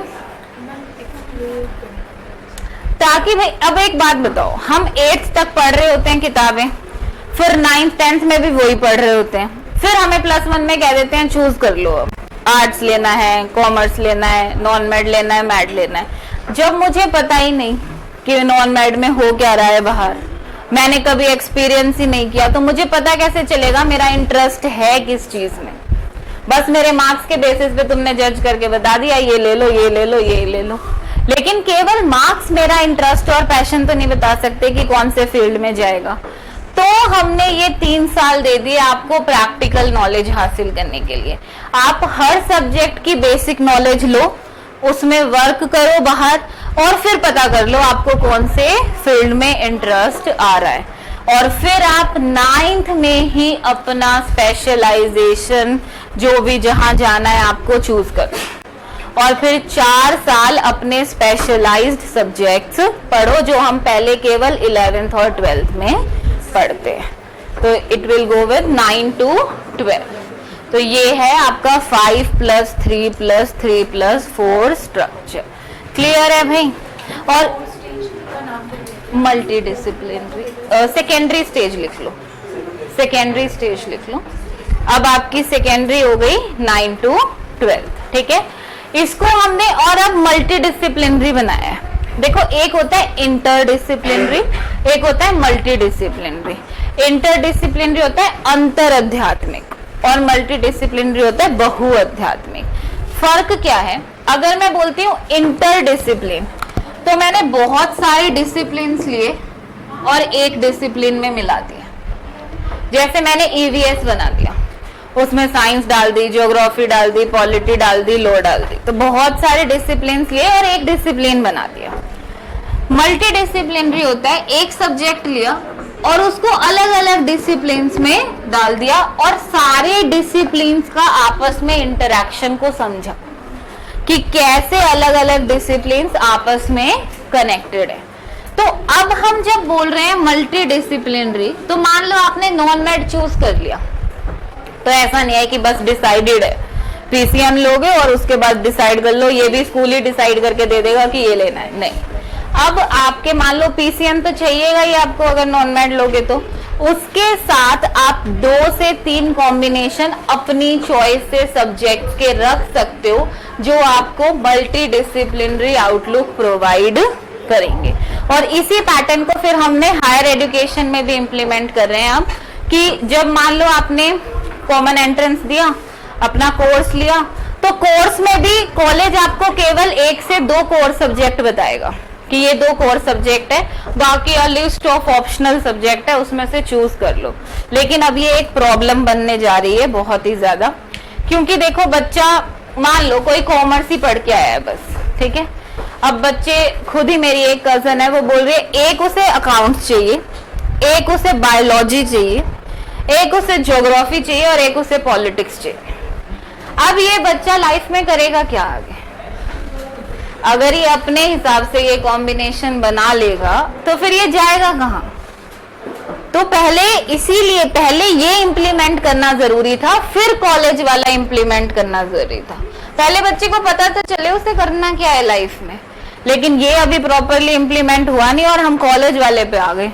तो अब बच्चे कर रहे हैं, यही कर रहे हैं, अपना कॉम्बिनेशन बना रहे हैं बिना कुछ सोचे, चलो भैया ये भी यहाँ से उठा लेते हैं, ये यहाँ से उठा लेते हैं, और कोई गाइड करने। अब उनको लग रहा है पहली बार फ्रीडम मिली है, बहुत ही इंपॉर्टेंट चीज है ये हमारे लिए, इसको एंजॉय करते हैं। तो जो चीज हम अच्छी करने की कोशिश करते हैं वो बेकार पहले हो जाती है। चलो भाई, और क्या है इसमें, 10th और 12th के बोर्ड एग्जामिनेशन को आसान करेंगे। ठीक है, बच्चों को 2 बार एग्जाम देने की परमिशन दे देंगे। भाई अभी तो क्या होते हैं बोर्ड के एग्जाम एक ही बार होते हैं 10th 12th वाले, अब क्या करेंगे उनको भी सेमेस्टर सिस्टम पे डाल देंगे। 6 महीने में एक वाला बोर्ड और फिर अगले 6 महीने में फाइनल वाला बोर्ड। तो उनको क्या बनाएंगे, थोड़ा इजी बनाएंगे। स्कूल्स के लिए एक नया एक्रीडिएशन फ्रेमवर्क निकालेंगे। फाउंडेशनल लिटरेसी और न्यूमरेसी पे ध्यान देंगे, यानी कि ऐसा नहीं कि बहुत स्ट्रिक्ट एंड फास्ट भाई अपनी ही चीजें रटवाए जा रहे हैं, उनकी एटलीस्ट और कुछ नहीं तो हर बच्चे की रीडिंग राइटिंग कैपेसिटी तो इनहेंस हो ही हो। वोकेशनल एजुकेशन क्लास 6 से क्या शुरू कर देंगे भाई, इंटर्नशिप्स शुरू कर देंगे। 5th क्लास तक जो टीचिंग होगी वो बेसिकली तो मदर टंग में ही होगी, और अगर बिल्कुल मदर टंग में पॉसिबल नहीं है तो चलो रीजनल लैंग्वेज में होगी, लेकिन उनके ऊपर कोई लैंग्वेज इम्पोज नहीं करी जाएगी। इवन ये हमारी 2020 पढ़ रहे हैं उसके अंदर क्या है, इसमें यही इसका मेन टारगेट है कि हम बच्चों के ऊपर कोई पर्टिकुलर लैंग्वेज इम्पोज नहीं करेंगे। इवन चाहे वो हायर एजुकेशन का बच्चा, तब भी हम उस पर कोई पर्टिकुलर लैंग्वेज इम्पोज नहीं करेंगे। ठीक है, फिर है assessment with 360 degree holistic report card. Ma'am मेरे क्वेश्चन, हाँ एक सेकेंड, हाँ जी बोलो, आप क्वेश्चन बोलो। ये आपने कहा कि कोई भी लैंग्वेज मतलब Impose नहीं करें, हाँ। आपको जो लैंग्वेज हाँ। है, ये मैम बच्चों तक तो ठीक है कि ठीक है उनको बेसिक एजुकेशन अच्छे से उनको समझ आ जाएगी, बट अगर हायर एजुकेशन में इसको यूज किया जाएगा तो प्रॉब्लम नहीं हो जाएगी?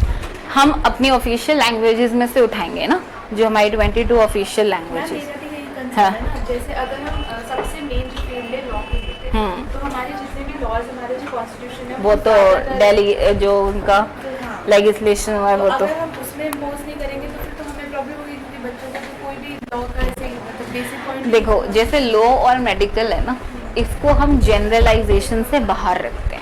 इवन जब हम अभी बनाएंगे ना HECI, उसमें से भी हम लॉ और मेडिकल को अलग रख देंगे, क्योंकि इनका जो एजुकेशन का स्ट्रक्चर होता है वो बाकी सारे एजुकेशन स्ट्रक्चर से बहुत अलग होता है।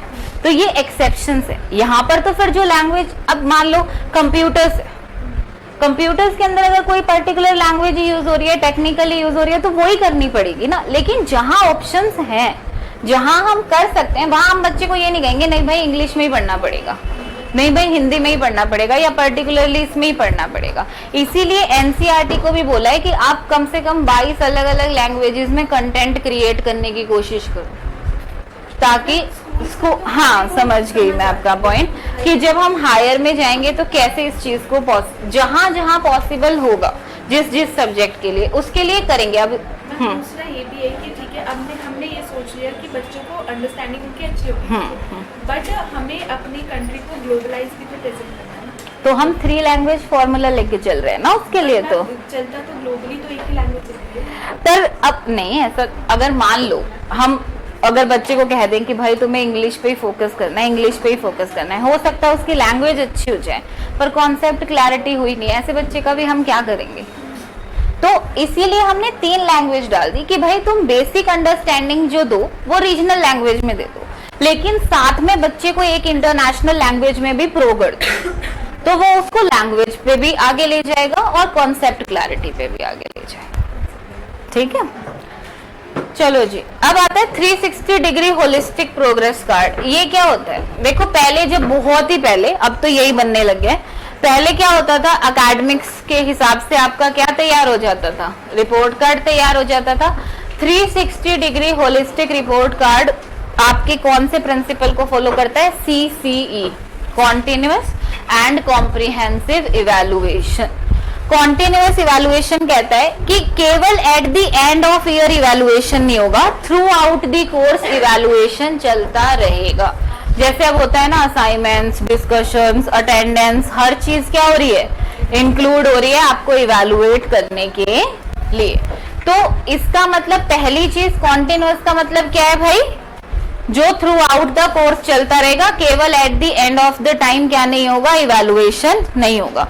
कॉम्प्रिहेंसिव का मतलब है केवल एकेडमिक्स नहीं, बच्चे की पर्सनालिटी, बच्चे का स्पोर्ट्स, बच्चे का क्लास पार्टिसिपेशन, बच्चे की प्रेजेंटेशन, हर एक एस्पेक्ट को ध्यान में रख के उसका रिपोर्ट कार्ड बनाया जाएगा।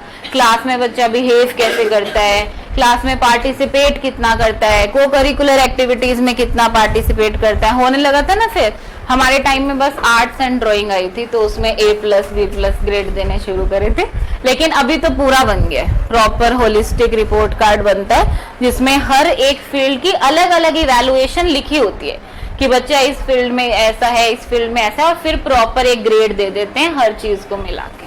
तो उसको क्या बोलेंगे? 360 डिग्री होलिस्टिक प्रोग्रेस कार्ड।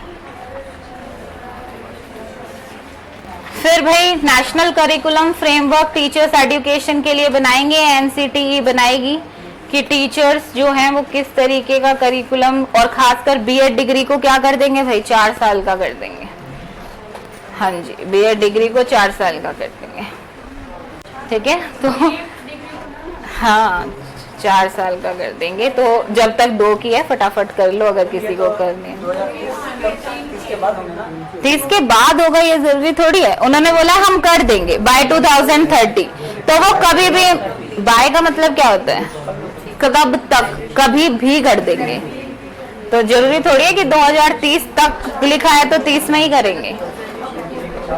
चलो चलो अब आगे देख लो, चलो सबको B.Ed करनी है मतलब।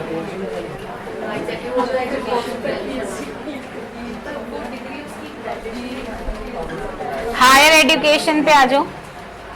यहाँ पे हमें gross enrolment ratio in higher education हमें 2035 तक कितना करना है? 50%। 2035 तक कितना करना है भाई? 50%, ठीक है।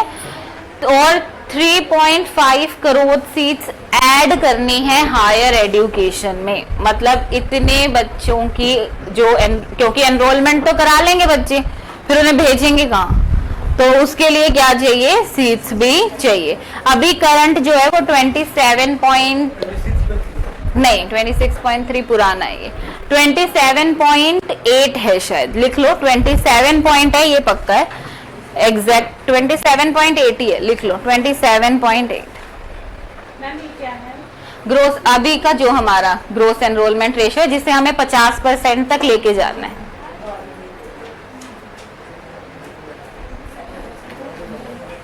Holistic undergraduate education with a flexible curriculum of 3 to 4 years with multiple exit options।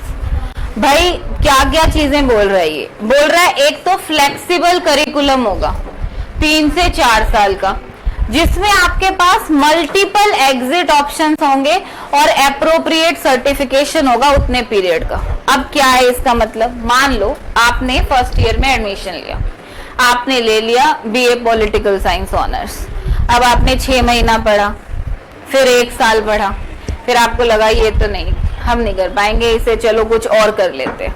तो अब आपके पास ऑप्शन होगा कि आप क्या कर सकते हो, 1 साल के बाद एग्जिट कर सकते हो।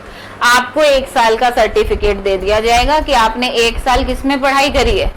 BA पॉलिटिकल साइंस ऑनर्स में पढ़ाई करी है। फिर आपका मन करे आप दूसरे में ले लो भाई एडमिशन, फिर वहां पढ़ लो, फिर आपका वहां से एग्जिट कर जाओ, ठीक है। तो मतलब बिल्कुल एकदम पागल बना दो बच्चों को कि 6-6 महीने बेटा अलग अलग कोर्स पढ़ो, कोई कंपल्शन नहीं है, तुम जो करना चाहो जब करना चाहो वैसे कर सकते हो, ठीक है। तो मल्टीपल एग्जिट ऑप्शंस, ऐसा है कि आप कभी भी, आपके पास इतने सारे एग्जिट, ऐसे कह रहे हैं बच्चों को छोड़ दो पढ़ाई, ठीक है। क्या है? कैन भी डिग्री करिकुलम 3 से 4 साल का होगा, ठीक है, उसमें आप मल्टीपल एग्जिट ऑप्शंस होंगे आपके पास, ये तो है ही। अब एक बार जो हम ये कर रहे हैं, रुक जाओ भाई, आपस में इतना बोलना है तुम लोगों को जिसकी कोई हद नहीं है, कि यहाँ पे हम क्या कर रहे हैं, अगर आपके लोग इंटेलिजेंट है तब ये बहुत अच्छा सिस्टम है कि भाई मेरे को पता है कि मेरे लिए अब मैं 1 साल पढ़ ली और मेरे को लग रहा है ये मेरे को नहीं इंटरेस्ट आ रहा, मेरे को हेल्प ही नहीं कर रहा, तो मेरे को जरूरी थोड़ी है 4 साल बर्बाद करने उसमें, तो मैं निकलूं और कोई अपने इंटरेस्ट का कोर्स ढूंढ लूं। लेकिन जहां लोग पागल हैं कि अगर मेरी दोस्त जा रही है तो मैं भी एग्जिट करके चलो निकल लो भाई, ओहो मेरी तो दोस्त का वहां एडमिशन हो गया, चलो भाई निकल लो भाई। तो ऐसे लोगों पे अगर आप ये लगा दोगे तो रोज आपके पास लंबी लाइनें लगेंगी, रोज ये एग्जिट लेने आ जाएगा कोई। आज मेरे को एग्जिट चाहिए, रीजन ये है कि भाई अब कुछ भी दे देंगे, और पर क्योंकि रीजन एक्चुअल यही होगा कि मेरे तो दोस्त कहीं चले गए।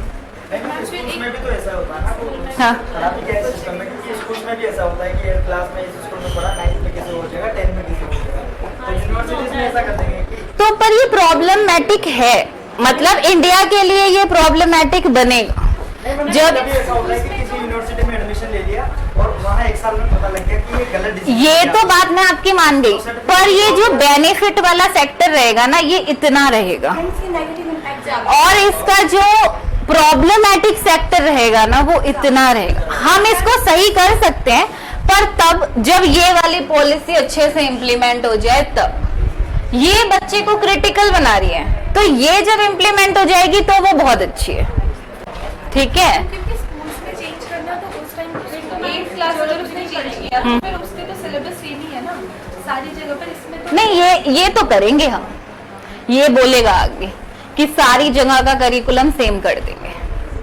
तभी तो मल्टीपल। सारे कोर्स का सेम होगा ना। अगर मैंने हाँ। फॉर एग्जांपल बीए हाँ एग्जैक्टली कि अगर आप पॉलिटिकल साइंस ऑनर्स करें तो हर कॉलेज में उसका तो सेम है, लेकिन अब आप इकोनॉमिक्स में शिफ्ट करना चाह रहे हो तो उसका कोर्स तो अलग है। और बाकी छोड़ो, स्टूडेंट्स की छोड़ो, बेचारे टीचर्स कहाँ जाएंगे। एक बच्चा है वो कॉमर्स पढ़ के आ रहा है, अब वो कह रहा है भाई मुझे बायोलॉजी पढ़ाओ, मतलब क्या करेगा टीचर, अपना मत्था ही पीटेगा कि मैं कैसे पढ़ाऊं इसे बायोलॉजी।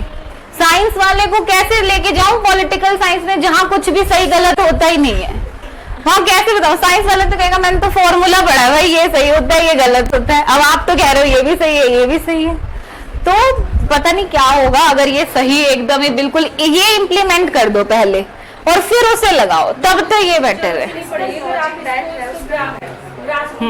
चलोगे तो उसकी तो जरूरत नहीं पड़ेगी ना बाद में। नहीं उसकी तो पड़ेगी, क्योंकि ऐसा होता है, जरूरी नहीं है हम अपने लिए हमेशा बेस्ट डिसीजन ले लेते हैं। ऐसे बहुत बच्चे हैं जिनको 1 साल पढ़ के रियलाइज होता है कि मेरे को ये कोर्स नहीं करना चाहिए था, उनके लिए तो है अच्छा ऑप्शन, बट हाँ वैलिड रहेगा। चलो फिर है एकेडमिक बैंक ऑफ क्रेडिट्स। अब भाई क्या करेगा ये, अब अगर मान लो आपको 1 साल बाद लगा मेरे को माइग्रेट करना है, केवल इसी यूनिवर्सिटी के अंडर नहीं, यूनिवर्सिटी ही माइग्रेट करनी है, तो अब आपके पास मान लो 1 साल में सबसे पहले इसके लिए क्या जरूरत पड़ेगी कि सब जगह क्रेडिट सिस्टम सेम हो जाए, कि भाई इतने लेक्चर्स के इतने क्रेडिट हैं, इतने नंबर्स के इतने क्रेडिट हैं, सारी क्रेडिट सिस्टम मान लो अब हमने पूरे इंडिया लेवल पर सेम कर दी। अब आपने इस एक पर्टिकुलर यूनिवर्सिटी से आपने पढ़ाई करी और आपके कुछ क्रेडिट्स बनते हैं, मान लो आपने 6 महीने पढ़ाई करी है, आपके कोई 21 क्रेडिट्स बनते हैं, ठीक है। एक हमने बना रखा है अकेडमिक आरबीआई जैसा अकेडमिक बैंक ऑफ क्रेडिट। अब यहाँ पे आप रजिस्टर्ड थे कोई एक्स यूनिवर्सिटी में, 21 क्रेडिट्स थे आपके, अब आपने कहाँ ट्रांसफर कर लिया भाई कोई वाई यूनिवर्सिटी में, तो अकेडमिक बैंक ऑफ क्रेडिट क्या करेगा, आपके ये क्रेडिट कहाँ ट्रांसफर कर देगा, वाई के अंदर। तो यानी जितना आपने प्रीवियस यूनिवर्सिटी या प्रीवियस इंस्टीट्यूशन पे पढ़ा है, जब आप माइग्रेट करोगे तो आपका प्रॉपर का प्रॉपर क्रेडिट आपके साथ जाएगा। ये तब जब आप सेम कोर्स में माइग्रेट करोगे, ये क्रेडिट्स कब ट्रांसफर होंगे, जब आप सेम कोर्स। अब ऐसा नहीं कि चलो बीए प्रोग्राम कर रहे थे और अब इकोनॉमिक्स ऑनर्स में चले गए 20, बेचारे वहां बच्चे बैठे हैं 5-7 क्रेडिट लेके और तुम अपना 21 क्रेडिट लेके चले गए, नहीं। जब सेम कोर्स में माइग्रेट करोगे तो क्रेडिट्स यूं के यूं ट्रांसफर हो जाएंगे। अलग में करोगे तो पुराने कोर्स का सर्टिफिकेट दे देंगे, नए कोर्स में एंट्री लेने के लिए जो प्रोसेस है अपनी वो प्रोसेस पूरी करो। यूज काफी करेंगे 2-3 साल बाद लोग, 1 साल बाद लोग का सर्टिफिकेट। हाँ ये तो करेंगे ही, और प्रॉब्लम ये है कि वो ऐसे भी यूज नहीं करेंगे कि चलो जो 3-4 सब्जेक्ट साथ में चलते हैं उनका ले ले। हमारे वाले बहुत ही महान हैं, कहेंगे चलो एक साल बायोलॉजी पढ़ के देख लेते हैं, एक साल लॉ पढ़ के देखेंगे। हाँ, तो मैं सोच रहा हूँ यार ये इंटरेस्टिंग लगा, ये पढ़ के देख लेते हैं। मतलब करियर का कुछ नहीं सोचेंगे कि हमारा करियर स्कोप कहाँ जाए। सोचो सोचो और ले लो, अभी आने वाला है, सारे एडमिशन ले सकते हो। Multi disciplinary education and research universities. अब जैसे हमारे पास IITs और IIMs हैं, उसी सेम लेवल पर ग्लोबल स्टैंडर्ड्स को फॉलो करते हुए हम रिसर्च के लिए क्या बनाएंगे, मेरूज बनाएंगे, यानी multi disciplinary education and research university बनाएंगे, जिनका मेन फोकस क्या होगा, केवल रिसर्च कैंडिडेट्स को अपने यहाँ लेकर आना। अलग अलग डिसिप्लिन्स में किस पे फोकस करेंगे, रिसर्च पे फोकस करेंगे। मैम रिसर्च मतलब किस फील्ड में, किस सेंस? हर एक फील्ड में। जैसे मान लो आप PhD के लिए जाते हो, अभी तो जो नॉर्मल यूनिवर्सिटी चल रही होती है वही आपको PhD में एनरोल करा लेती है। अब अगर आपका बेसिकली मन है किसी टॉपिक पे रिसर्च करने का, तो आपको एक प्लेटफॉर्म दे देंगे कि भाई इन पे अपना सिनॉप्सिस सबमिट कर दो, इनको पसंद आता है तो आपको बुला लेंगे। और ये कब तक होगा? इसका कोई टाइम पीरियड नहीं, 2040 जो हमने शुरू में बोला, ठीक है।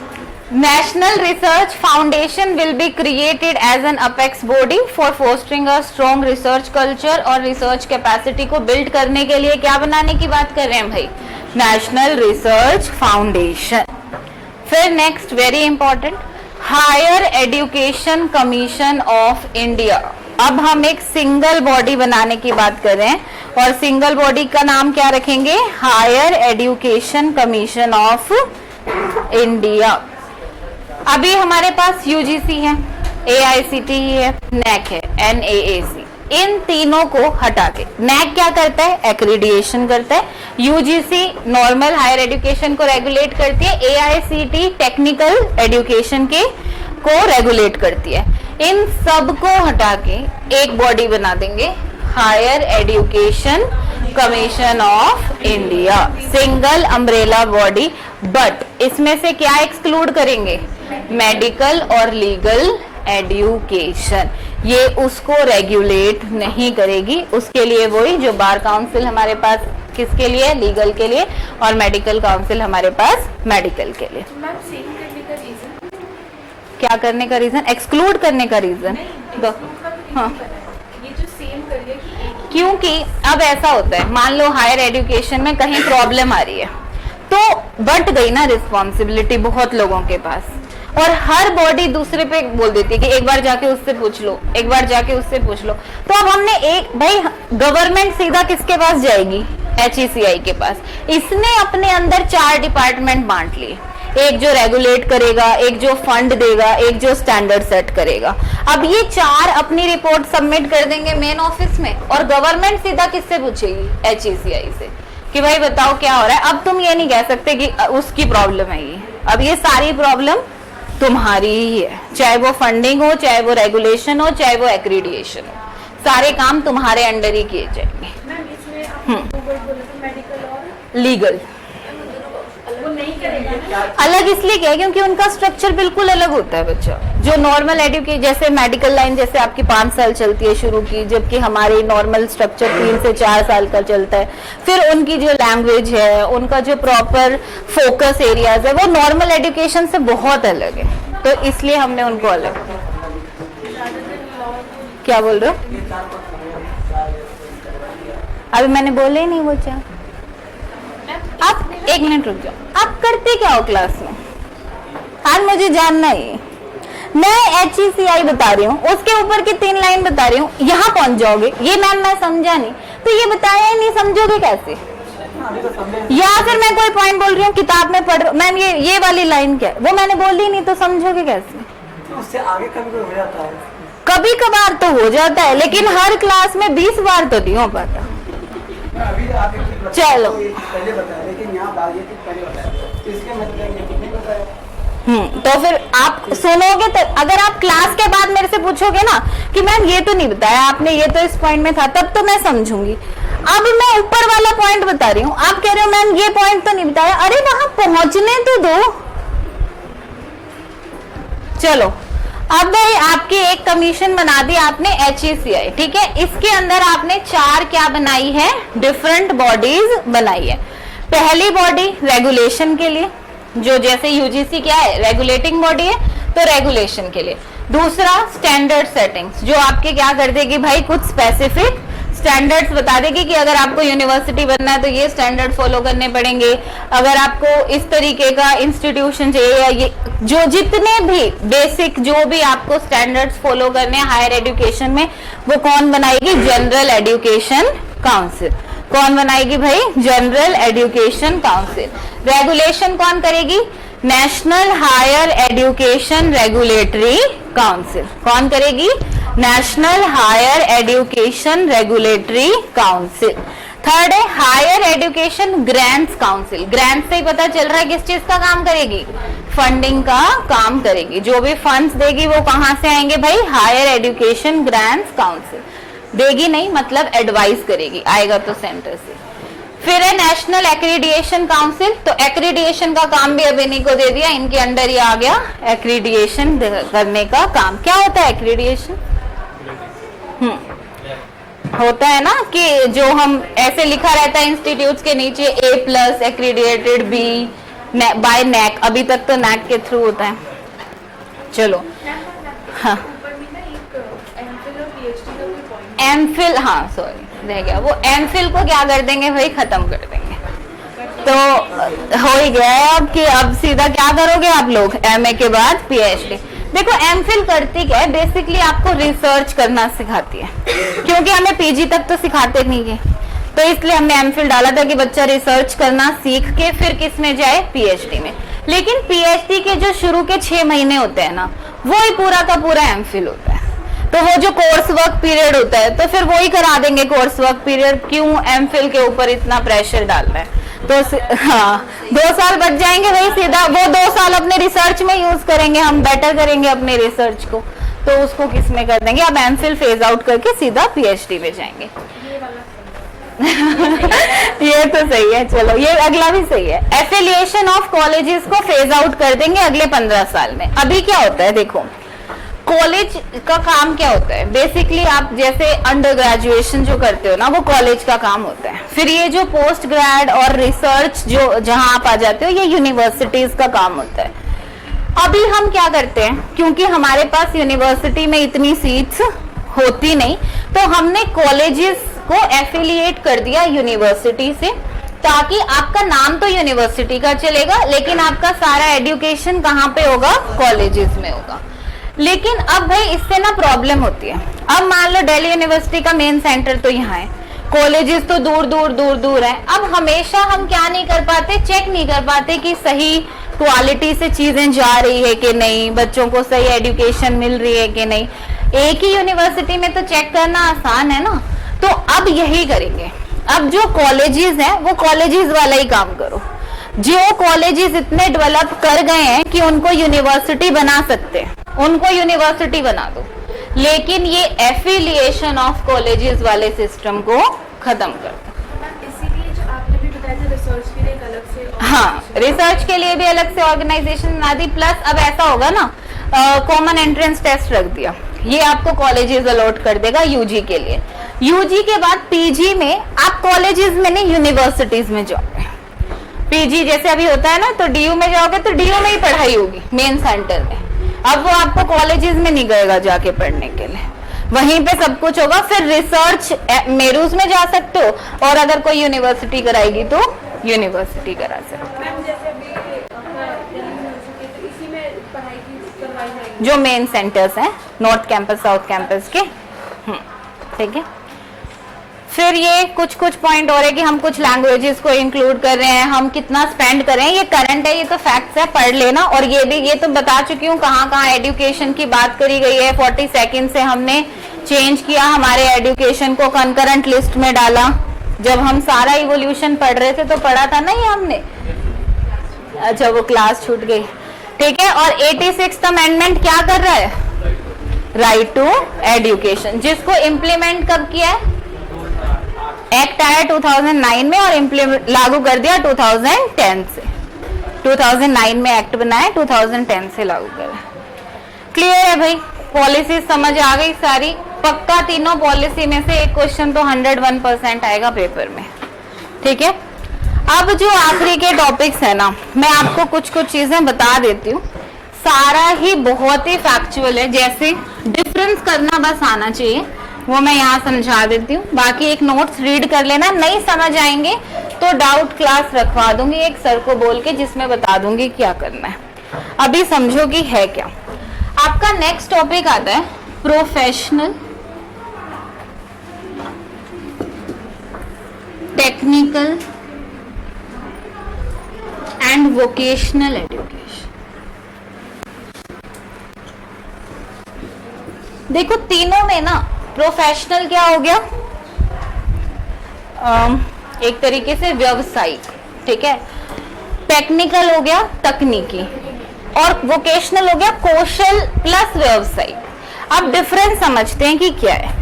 प्रोफेशनल एजुकेशन कहती है जो सीधा शिक्षा के बाद आपको किसी पर्टिकुलर प्रोफेशन में डालता है। जैसे लो, पढ़ के आप क्या बन गए, लॉयर। जैसे मेडिकल लाइन, पढ़ के आप क्या बन गए, डॉक्टर। तो जो आपको पढ़ा के डायरेक्ट किससे लिंक कर दे, प्रोफेशन से, वो क्या हो गई प्रोफेशनल। में ही टेक्निकल भी आ जाती है। पढ़ के अगर इंजीनियर बन गए तो क्या है, प्रोफेशनल भी है, लेकिन प्रोफेशनल के साथ क्या है, टेक्निकल भी है। जहां आपके साइंस एंड टेक्नोलॉजी इन्वॉल्व हो जाए, आपकी कुछ technical skills, mechanical skills include हो जाए, वो क्या बन जाएगी, टेक्निकल। तो ऐसा कोई फास्ट एंड रूल नहीं है कि भाई फास्ट एंड हार्ड रूल की भाई अलग ही होंगे दोनों। प्रोफेशनल टेक्निकल भी हो सकती है, लेकिन प्रोफेशनल का मतलब क्या है कि एजुकेशन करके आप डायरेक्ट लिंक किससे हो गए, प्रोफेशन से। टेक्निकल का मतलब है कि आपकी एजुकेशन के अंदर टेक्निकल और मैकेनिकल एजुकेशन की जगह है। क्लियर है? प्रोफेशन रिजल्ट ऑफ एजुकेशन पे फोकस कर रही है, technical education content of education पे फोकस कर रही है। क्लियर है इतना?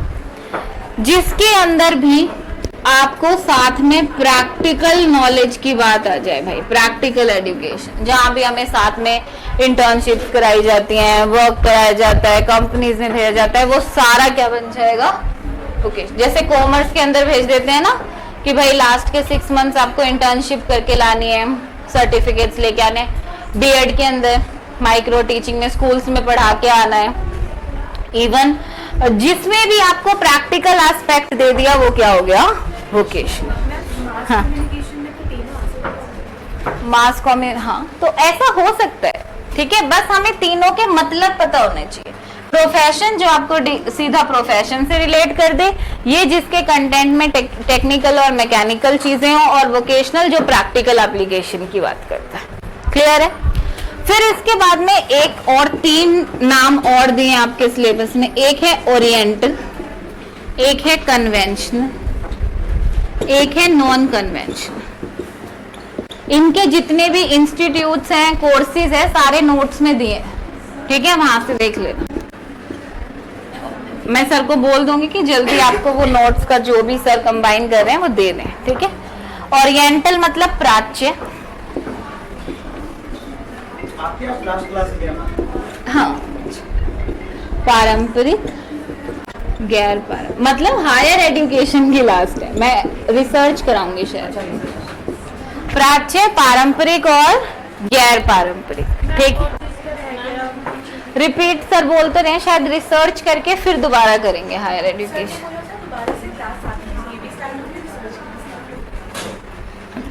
चलो देखते हैं कैसे होगा।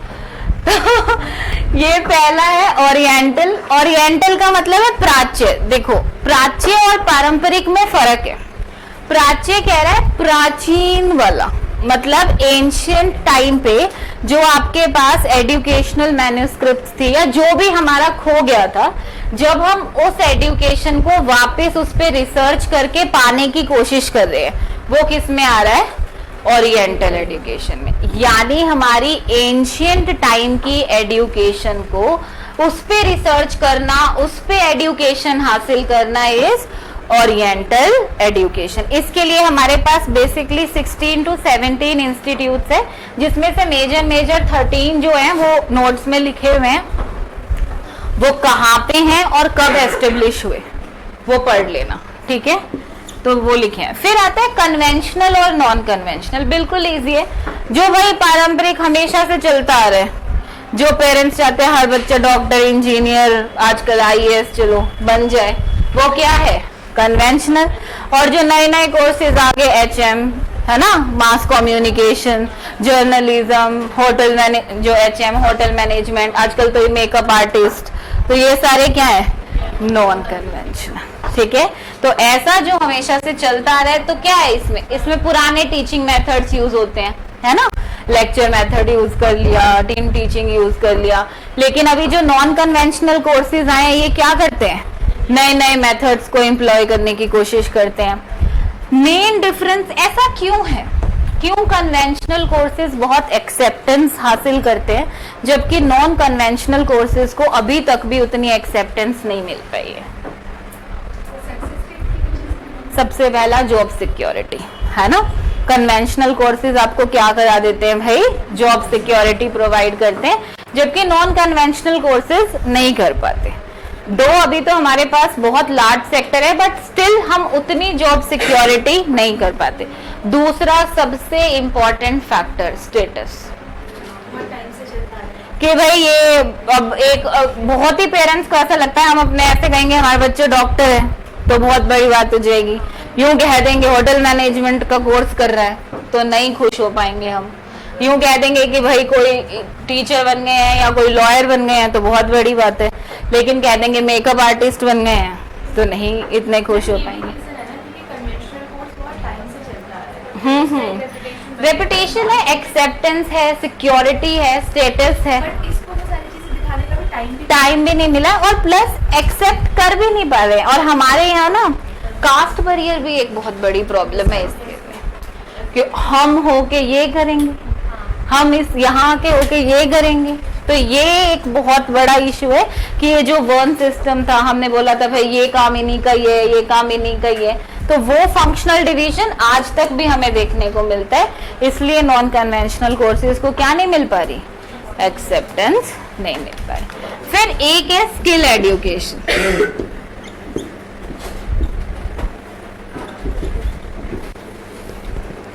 अब भाई स्किल एजुकेशन इंडिया में बहुत ज्यादा जरूरी है, इसलिए हमने ministry of skill and entrepreneur development भी बना दी है।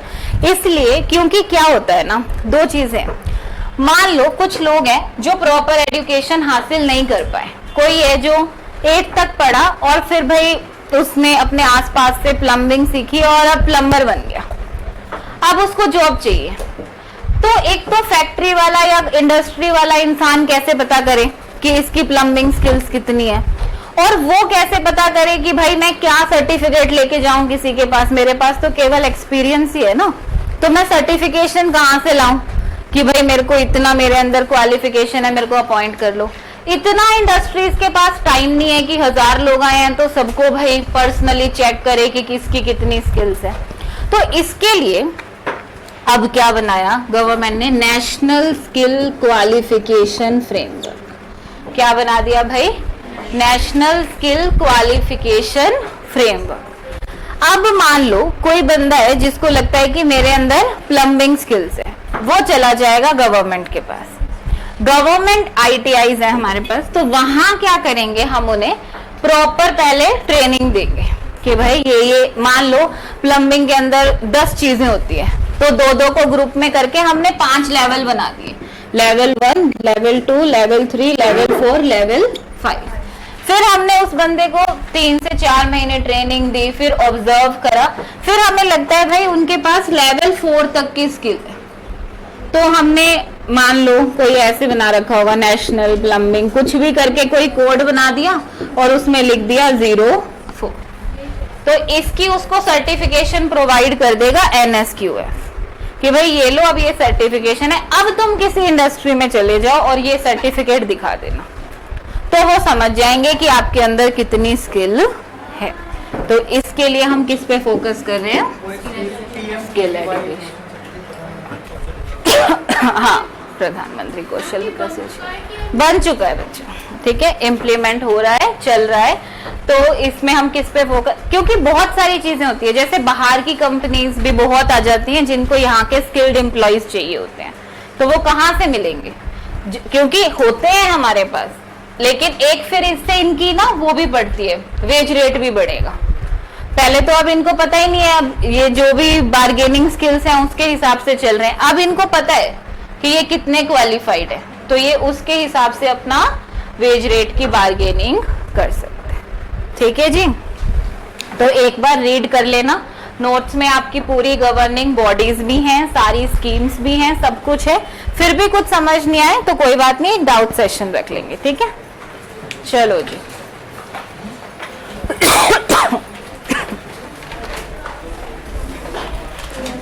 हेलो,